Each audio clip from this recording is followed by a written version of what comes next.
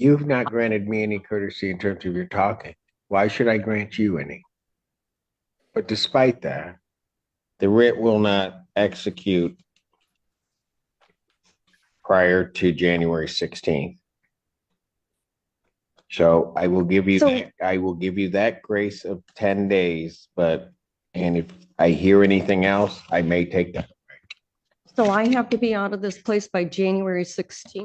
They cannot execute the writ prior to that date. Okay. Because otherwise they could do it tomorrow. Right. I am giving that 10-day, I'm giving you that period. I'm not giving you to the end of the month. I'm giving you that period. That's as far as I'm going.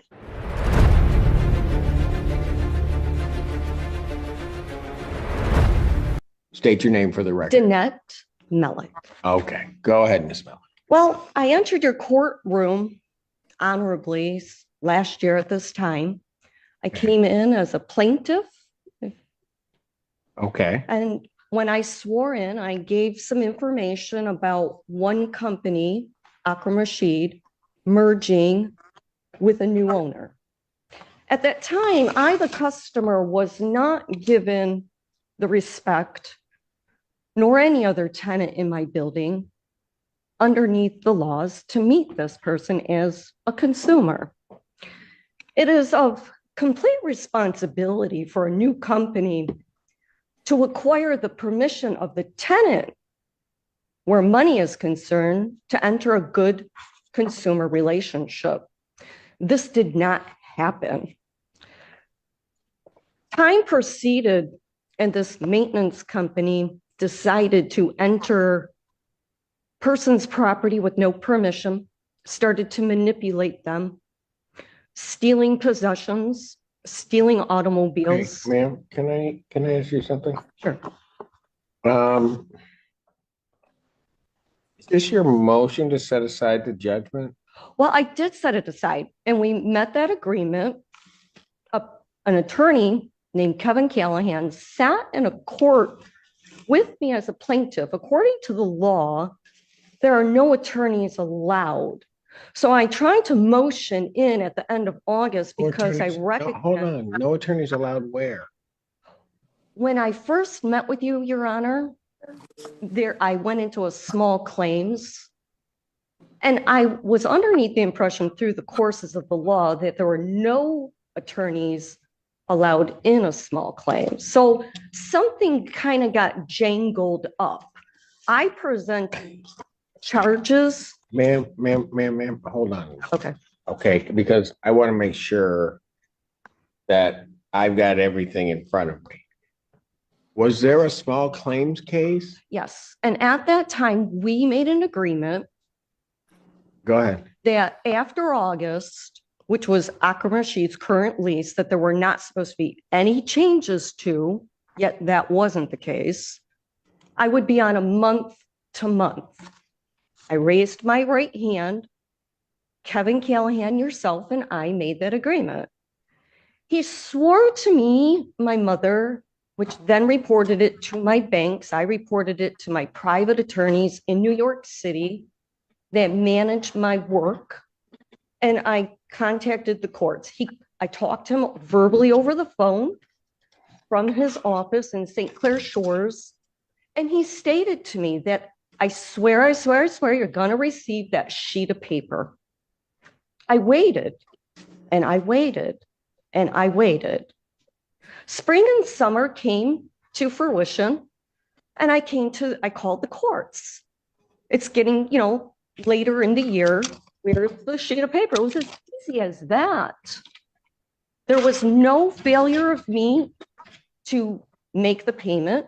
I still have the finances set aside. I feel like they are trying to retaliate against me because I've continued to make reports, which is my sole discretion. I have the right to do that. Between the Michigan State Police that were called on numerous occasions by other. Ma'am, I'm going to have to stop you because I'm not clear what you're talking. Well, I think that there's a position here where there's charges that he wanted to dismiss, but because he did not fulfill the obligation that he promised me, By August, I was being manipulated and they're not following through with their original Manipulated agreement. by whom?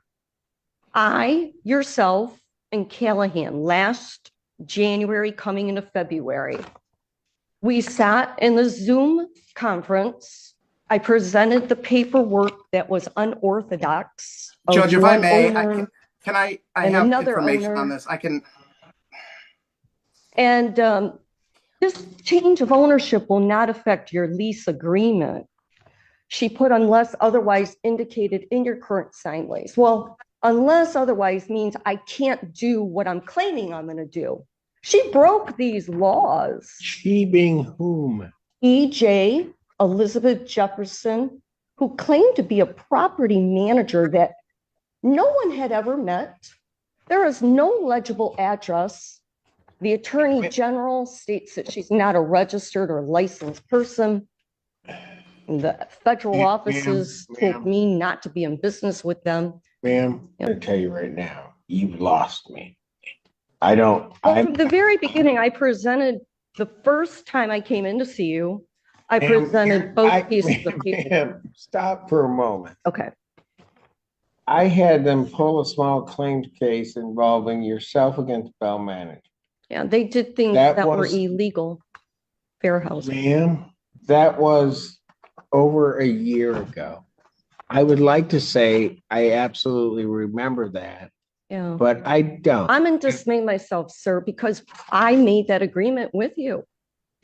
I clearly don't allow a judge or myself to be taken advantage of by an attorney's office. Well, I don't know that I've been taken advantage of. I believe I have been. Okay. I would not enter your courts to present this witness information as Ma'am, stop for one moment. Okay. Let me hear, I've heard from you for a while. Let me hear from the other side. Okay. Mr. Callahan. Thank you, Judge. Kevin Callahan, P78273, representing Bell Asset Management. The matter that Ms. Malik is speaking of was a previous matter, a small claims matter that was filed against my client in conjunction with a non-payment of rent matter that we filed against Ms. Malik. Those matters have been decided. Those matters are closed. It has no bearing on this matter whatsoever. This current case, Ms. Malik even admitted she's on a month-to-month tenancy. We provided a 30-day notice to Ms. Malik. She never showed up to court, so a default judgment was entered back in October against Ms. Malik.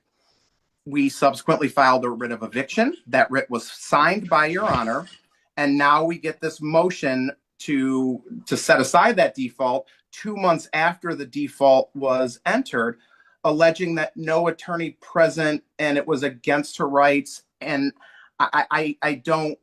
I'm as lost as you are with this, Judge. There's no basis to set this judgment aside. Ms. Malik is a month-to-month tenant. She has to vacate the property. However, I will say for the record, because I'm not going to let my reputation possibly be besmirched on the record here of doing anything illegal or improper, Ms. Malik has called my office and left over 120 voicemails accusing me of crimes under the federal law that don't exist. Made threats against me, my family. Ms. Malik, I allowed you to speak. Please allow me to speak. Made threats against my bar license. She's made threats against my family. She's made threats against my office staff. It has been deplorable what my staff has gone through with Ms. Malik over a situation that is a simple month-to-month termination, and Ms. Malik refuses to leave the property, Judge. We're just asking for that judgment to stand and the writ to stand so that my client can move forward. I never made any threats to anybody's family. I never made any threats to anybody. I did call the office. I asked him for the sheet of paper that he promised. He said he would give me a month to month after August. I said, what is going on?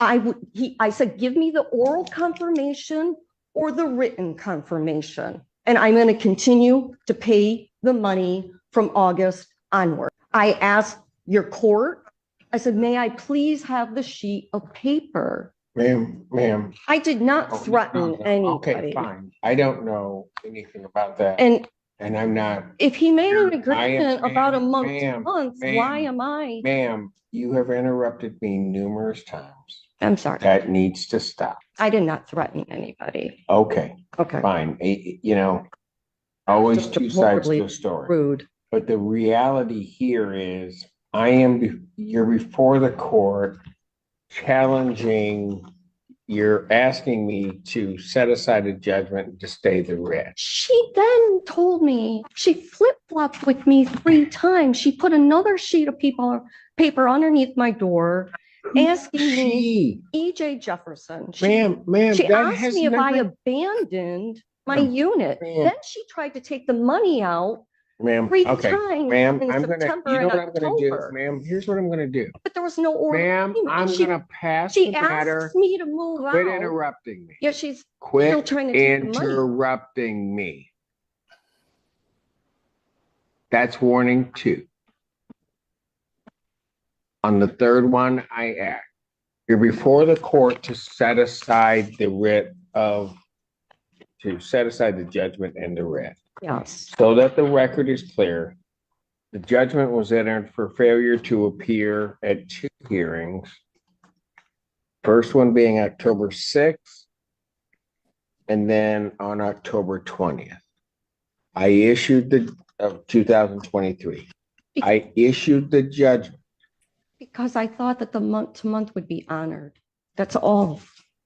That's all that he gave me. It was all the information I went by, was what I was sworn in. When I'm underneath oath, an agreement is made, nothing happened other than me calling his office and asking for that sheet of paper. I diligently, respectfully, and responsibly, Ma'am, you can have a seat before I find you. Or recalls the case, Bell Asset Management versus Melee.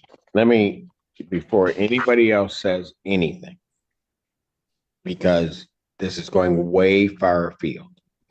The only issue before me is the order that I issued in October, which was the judgment, and then the writ of eviction. Well, I failed the October. I don't know how. I got confused. I'm not accustomed to the courts. Ma'am, but if at any given time, here's what the problem for you, Miss Ma'am, and I'm just going to be blunt about it. That judgment went out from the court shortly after my signing. All right. Sir, may I ask something of you? Once an agreement is made in court, isn't that you respectfully gave me the month to month. He told me if I dropped the charges on his group, his client would agree to give me a month to month. I mean, then you're going to have to file a new claim that alleges that. That's not before me. That's why I motioned in August. No, but that is not before me today. This is how I will state it. No, No, wait. you won't. That's not before me. I can pay the money. There was never a failure. I swear, I had the money aside.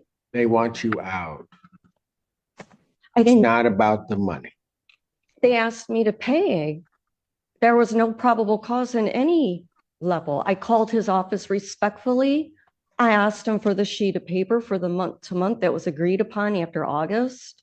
She put a renewal underneath my door. If she wanted me to leave, why was she sending me a renewal? She tried to take the money out in September and October. That would mean I'm still on a month to month. I just said, where is the paperwork to confirm that?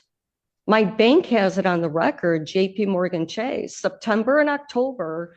Ma'am, they want you out. But she asked me to renew. Ma'am, I don't know about any of those conversations. They have properly been granted a judgment for possession. They properly filed the writ or the order of eviction. I've signed the order of eviction. There is no basis, and I've listened to everything you said to me. There is no basis for this court to set aside that judgment or to stay the execution of the order of eviction or the writ of restitution. There's no legal basis for me. I can't pay the money that was agreed They upon, don't want the money. Hmm. This was even though a- she tried to take it out in September and October. This is a termination of tenancy case. I don't know anything that they've done regarding taking it out. This is They did. They termination. tried to take the money out. Okay, ma'am, that's fine. I don't know that. But even if that were true, the judgment in this Listen, case, I have not done anything though, Your Honor. I mean, this is against the law. I no, what would be against the law is for me to grant your relief you're requesting. Because they, like you have rights, they have rights. You brought this before the court. And I'm gonna say it again to you, so hopefully it'll sink in. They properly got a judgment. Upon properly getting that judgment, they properly requested an order of eviction. I issued the order of eviction.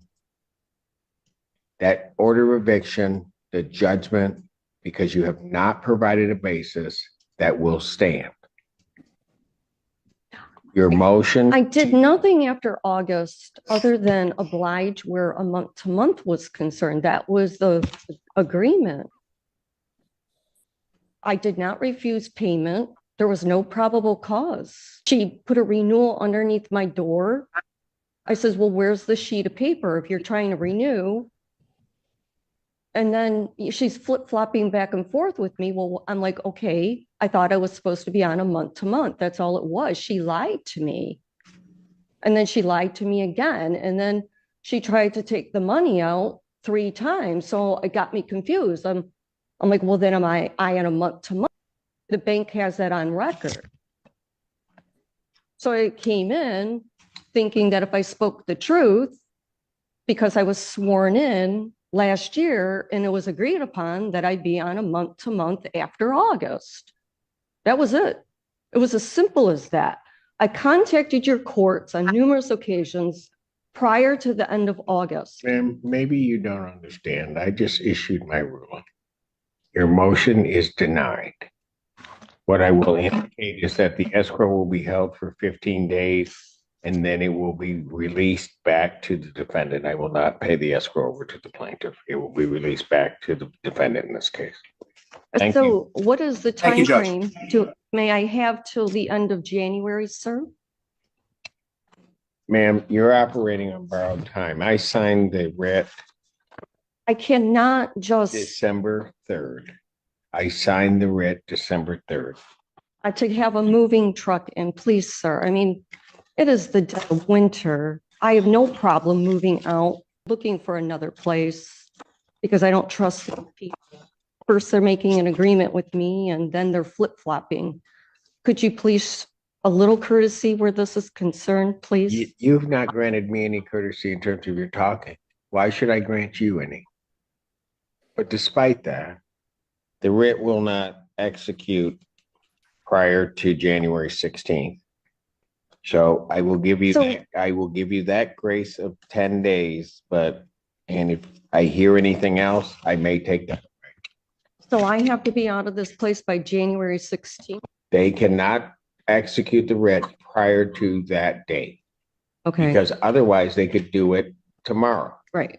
I am giving that 10-day, I'm giving you that period. I'm not giving you to the end of the month. I'm giving you that period. That's as far as I'm going. I'm done. I don't know what I did and I feel swindled.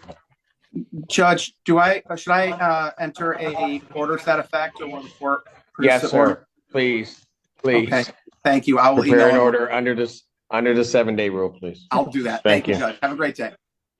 You do the same, but too late. The escrow itself, when does that get repaid to me?